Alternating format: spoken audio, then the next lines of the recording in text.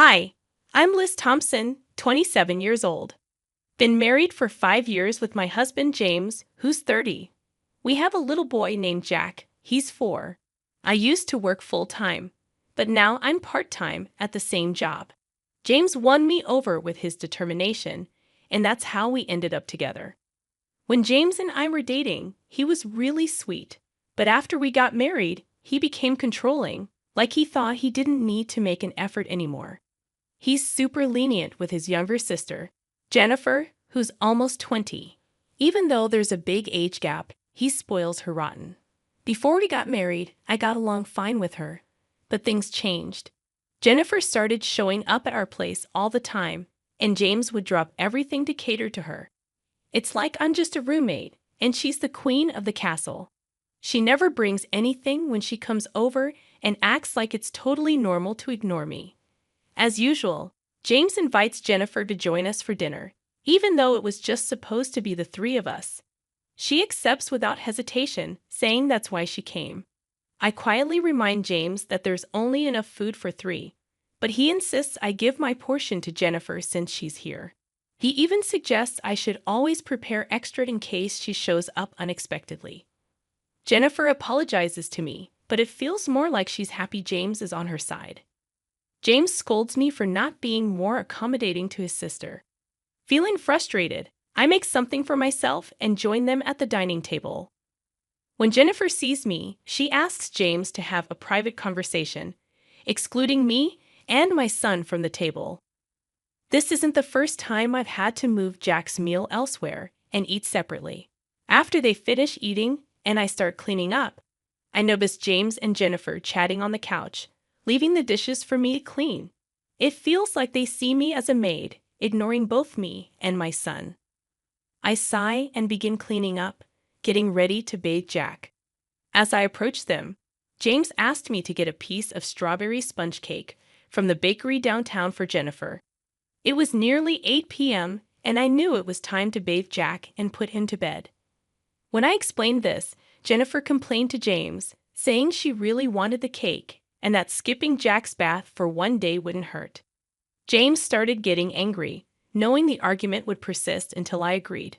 Reluctantly, I agreed to go to the bakery. The bakery was about to close at 9 p.m., so I hurried to get ready, knowing I could make it in time. As I prepared, I overheard James and Jennifer talking loudly, criticizing me for being inflexible and questioning why James married me. Jack wanted to come along, so we decided to go together. As I stepped out, James shouted that we'd get a divorce if I defied him again, and Jack, though young, looked concerned. Trying to hold back my tears, I asked Jack what kind of cake he wanted. His eyes lit up as he said he wanted a cake with lots of apples. We chatted happily about cake on the way, momentarily forgetting the hurtful words. When we reached the cake shop, it was almost closing time. I bought 2 slices of strawberry sponge cake and 1 slice of the fruit-covered cake Jack wanted, though the options were limited. Back home, I served James and Jennifer their cake slices and put one for Jack on a plate, heading to the dining table. Jennifer remarked that Jack's cake looked better, and surprisingly, James swapped it with hers. When Jack protested, Jennifer ignored him and ate his cake. James justified it by saying he bought it with his money, dismissing Jack's right to choose. I was furious and confronted them, but James threatened divorce again. Jack stopped crying, but his worried look broke my heart. After a moment's thought, Jack began eating the strawberry shortcake that Jennifer was meant to have. "Mommy, this cake is delicious. I'm glad I got this one," he said, trying to mask his discomfort. It was distressing to see 3 adults subjecting a young child to such a situation. When Jennifer reached for Jack's cake, I quickly intervened, suggesting we eat in another room. I wanted Jack to enjoy his cake in peace. James protested, saying it was fine for Jennifer to have a bite, but I ignored him and took Jack to the other room. There, watching Jack savor his cake, I felt a sense of relief. Afterward, we bathed together, ignoring James and Jennifer, and cuddled up in Jack's bed. The next morning, Jennifer had already left when I woke up. As I prepared breakfast, I heard Jack crying and found his porcelain piggy bank A gift from my father, broken with the money missing. Jack always said goodnight to it, as he did last night. I suspected James knew something about it. And when I asked, he admitted Jennifer broke it for money without remorse. As I comforted Jack, tears streamed down my face. It was heartbreaking to see James prioritize Jennifer over Jack's well-being. His callousness pierced me, and the mix of sadness and anger engulfed me. James, unmoved by our tears, complained about feeling gloomy in the morning, leaving me shattered. I couldn't hold back my frustration any longer and confronted James. Don't you see how wrong this is, making Jack cry like this? It was the first time I spoke out in anger. I never wanted Jack to witness marital discord, but I couldn't contain myself anymore. James didn't respond. Instead, he stormed off to the bedroom and returned with divorce papers, thrusting them at me. "If you're not happy with me, let's end it," he said before leaving for work.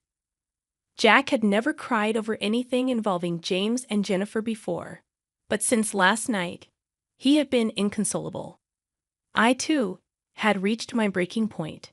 "Jack, let's take a break today and skip daycare, okay?" I suggested. Jack cheered, thrilled at the idea of spending the day with me. "Mommy's the daycare teacher today, right?" he said, his face beaming as he nestled on my lap, looking up at me with pure joy. I marveled at how much patience a young child like Jack must have.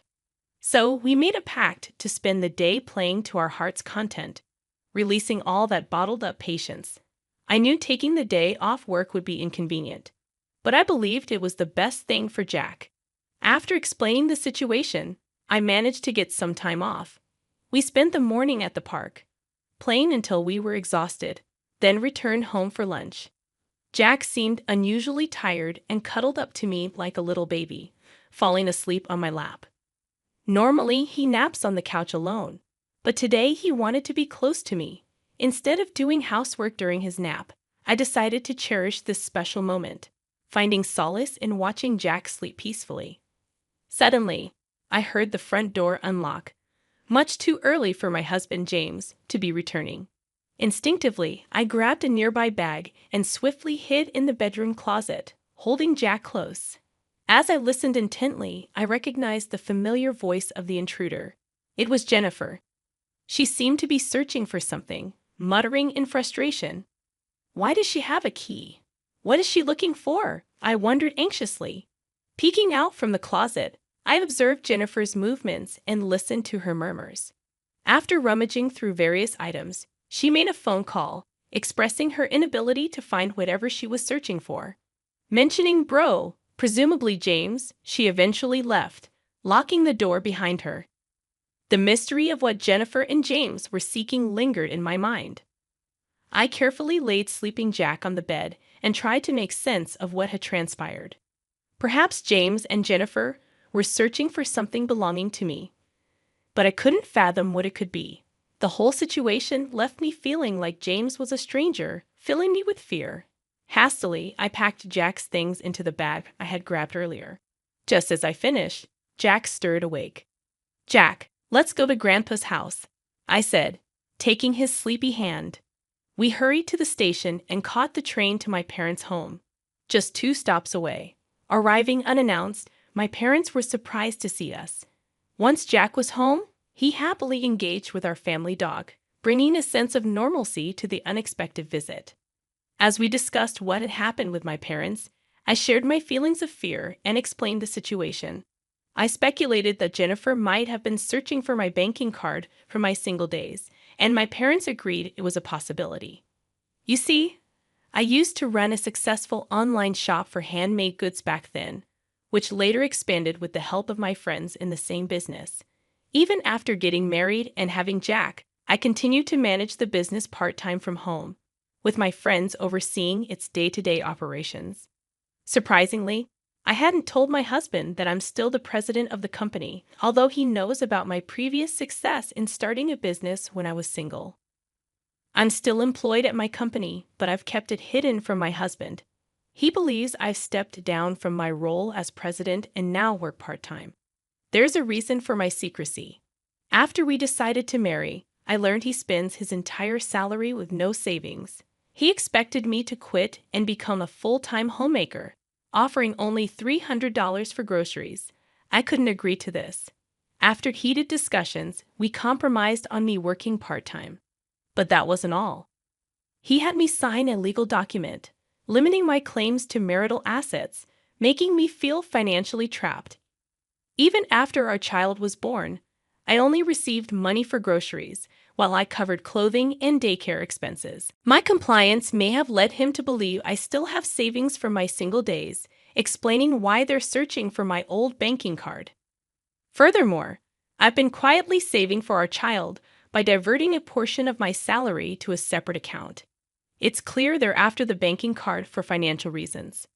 There's no other reason for those siblings to be searching, but I'm cautious with my valuables, like my banking card, so even if Jennifer or my husband search, they won't find anything. The bigger issue is Jennifer having a key and unrestricted access to our home, a situation my husband seems fine with. My father suggested keeping my banking card at our family home, so I followed his advice and secured it in our family safe. However, he raised another concern. Why is he so desperate for money? While discussing this with my parents, Jack approached us tearfully, admitting he had broken the piggy bank from my father and failed to save money in it as promised. My father was furious, his face turning red with anger. My father was on the verge of calling my husband to express his anger when my mother intervened. Let's confirm if the banking card is their real objective, she advised. Acting hastily without evidence could backfire, especially considering my husband's casual mention of divorce. He might exploit the situation, painting us as the wrongdoers to gain leverage in a divorce. So we decided to record their conversation to uncover their true intentions and consulted our family lawyer, a longtime friend of my father. Once home, I began preparing dinner as my husband arrived. I discreetly started recording on my phone, placing it face down. As expected, his first question was about the banking card's whereabouts. When I pressed for his reason, he evaded the question, growing frustrated when met with silence. My sister's in trouble, so hand over all your part-time earnings, he demanded. I refused, explaining I was saving for our child. In response, he pulled out a signed divorce paper from his bag and thrust it at me. You can't even manage without me, yet you're arrogant. It's fine not to save for our child anymore, he sneered, implying his sister took precedence over Jack. Without another word, he left me stunned.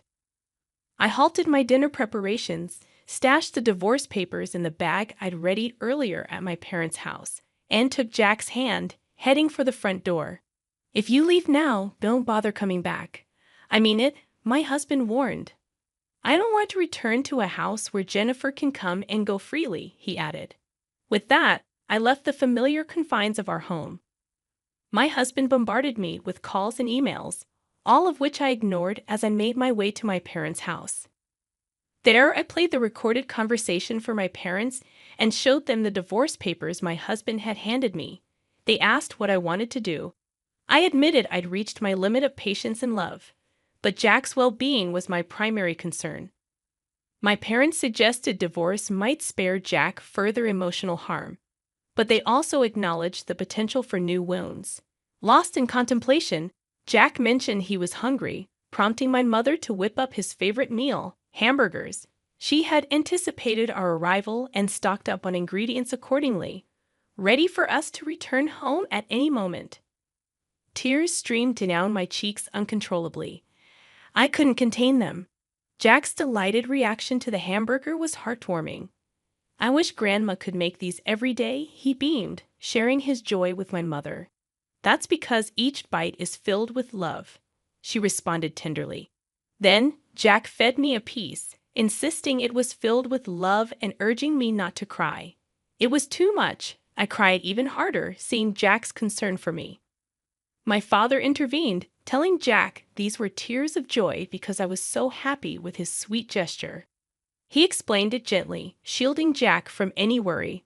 Then my mother hugged Jack, moved by his innocence.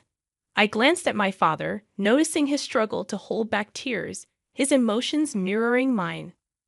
When I remarked on the beauty of family, Jack surprised me. Dad says his family is just Jennifer, but my family is Grandma and everyone else, he said, drawing a contrast.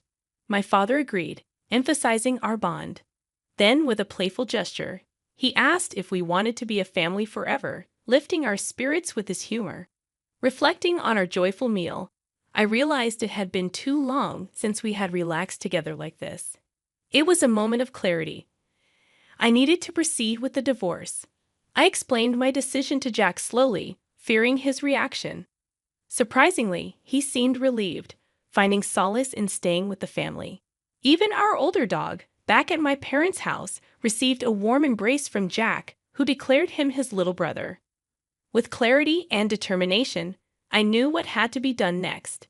It was time to take action. The next day, I made arrangements to meet with my father's friend's lawyer to discuss my situation and finalize my decision to divorce.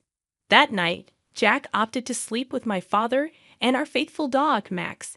Meanwhile, I shared a bed with my mother, reminiscing about childhood stories until we both drifted off to sleep.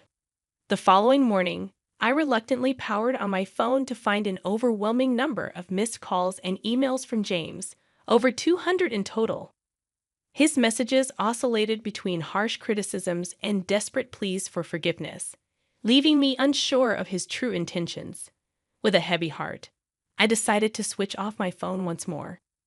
In the afternoon, my lawyer arrived, and we delved into the details of my situation, reaffirming my resolve to proceed with the divorce. After thorough discussions, we officially signed the necessary paperwork, and my lawyer assured me he would meet with James the following day. 2 days later, the lawyer returned to my parents' house, and I eagerly inquired about the outcome. To my surprise, it transpired that Jennifer had a severe shopping addiction and frequented male strip clubs, borrowing a substantial sum of money from loan sharks with James as her guarantor. Their plan was to utilize my savings to repay the debt. When repayment was delayed, James confessed but expressed his desire for reconciliation, hoping for Jack and me to return. However, I remained steadfast in my decision to divorce, having already initiated the legal process. James, distraught, asked the lawyer if I could marry someone else. Despite his reluctance to let go, the lawyer affirmed my freedom to pursue future relationships. It was a difficult moment, witnessing James's emotional breakdown as he grappled with the reality of our impending divorce. He finalized the agreement by signing a promissory note to pay Jack $500 in child support each month. With that, the lawyer deemed the matter settled. Later, I received a call from my ex-husband. Our conversation brief but poignant. His once vibrant voice now sounded subdued, speaking with an air of calmness. It dawned on me that he may have believed financially binding me would deter me from seeking divorce, even if I grew to resent him. He confessed to always prioritizing Jennifer, his younger sister, out of a sense of brotherly duty ingrained since childhood. However, he now acknowledged this as a mistake, admitting his jealousy towards Jack, feeling as though I had been taken away from him, despite once loving our son. When he informed me that he and Jennifer had repaid her debts and expressed his intention to reconcile, pleading for me not to remarry, I firmly asserted that my love for him had faded, and there was no chance of reconciliation. Our conversation ended with tears exchanged over the phone as I wished him happiness before he hung up. In the aftermath, I leaned on my parents for support, making arrangements to transfer Jack to a different daycare while reviving my career as a businesswoman. Unable to keep silent any longer, I disclosed everything to my in-laws, who were outraged by the betrayal and resolved to disown James and Jennifer.